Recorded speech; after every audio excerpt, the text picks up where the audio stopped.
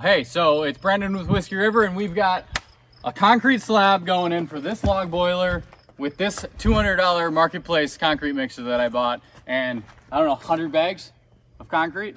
So we've got foam down, rebar down, and we're gonna pour some concrete. Stay tuned.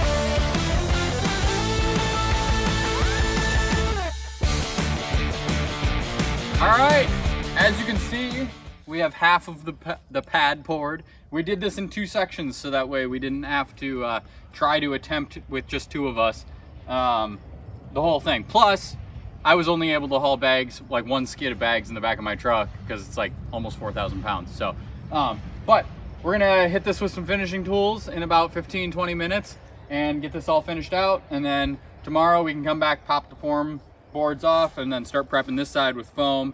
It's a little bit with rebar, and then we're boxing in these. These are our loops that come in. This is the house, this is the shop, and then this is the secondary for the shop if we ever decide to put in-floor heat in an addition or anything like that. So yeah, so I'm excited. We're in September, so it's gonna be cooling off here soon. We had our first frost this morning actually, so we're racing to get it done. So stay tuned, we're gonna pour the second half. Here we go. Look, boiler slab, 6 inches thick. It's, what is it, 11 by 8, I think, 11 by 9, something like that. We did just over 100 bags of concrete.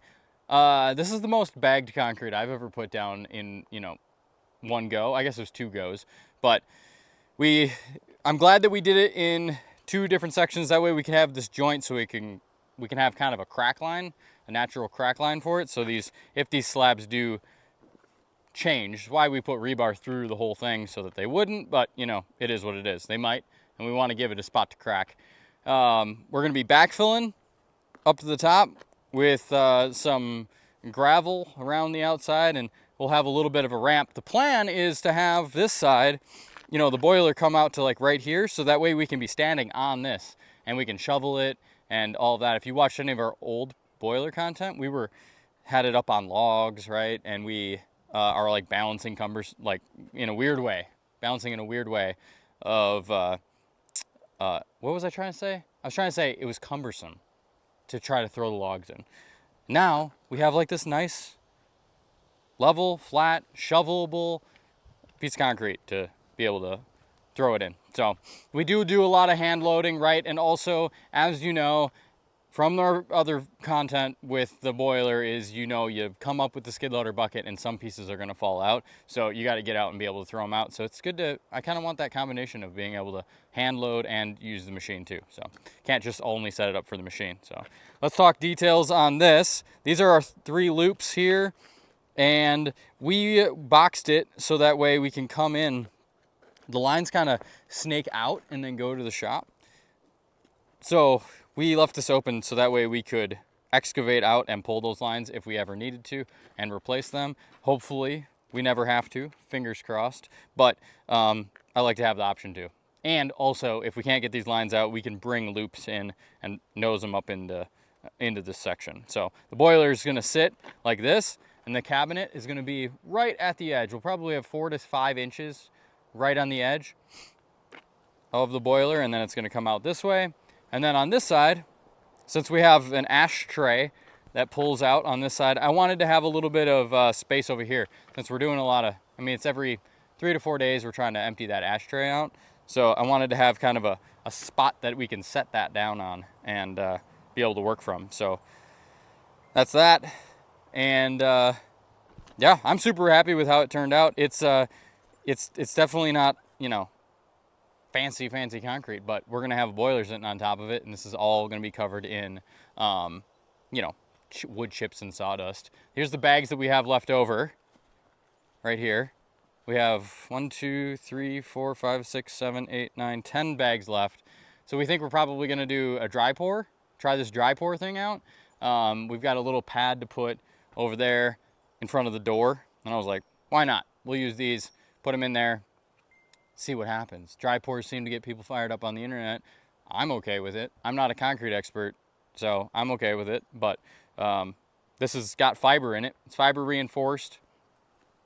And it's for stuff over 2 inches thick. So we can do a nice 6-inch thick block, maybe throw a little bit of rebar in there.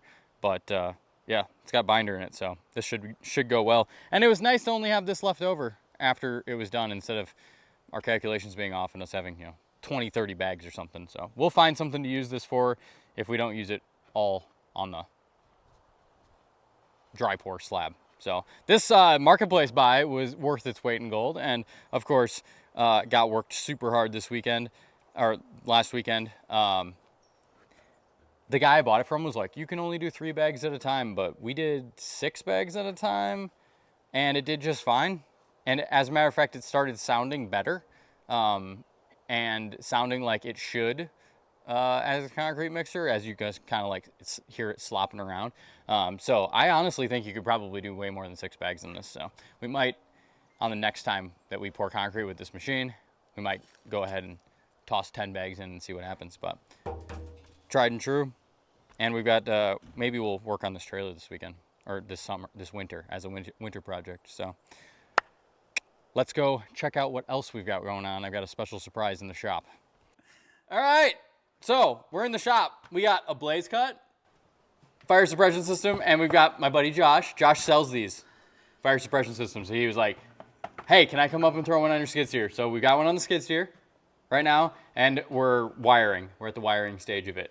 But yeah, Josh, so what is this thing? Yeah, it's a self-contained fire suppression system, all in the tube. This one is a switched version, so we're going to be installing a test and fault monitoring and alarm box in the skid loader, so that you can test the unit, and it'll also make a sound and light alarm if there is a fire and it goes off. Yeah, so this is like a pressurized tube, and it senses, once it gets over a certain amount of temperature, it goes off, and then it starves oxygen. Yep, it'll spray all the chemical that's in the tube, the FM200. It'll spray it out and lower the temperature in the engine bay and heat up the oxygen, put the fire out. Yeah, yeah. So it's not like it's a canister system. Yeah, the whole thing fits in this box. It's a little narrow box. Yeah, and so you can see it's used for like compartment engine bays, right? So like you've got under the hood. Any engine bay or anywhere that there's a compartment or a enclosure. So the skid loader is a great option. Cars, 3D printers, server racks, electrical panels, anywhere that there's a outboard boat motor, inboard boat motor, anywhere that there's a compartment that you want to add fire suppression to. Yeah, and there's potential of it lighting on fire. So yep. Yeah, so here it is, blaze cut. What's your website? BlazeCutUSA.com. Yeah, and you can pick these up. Get yourself one before your skid steer burns to the ground.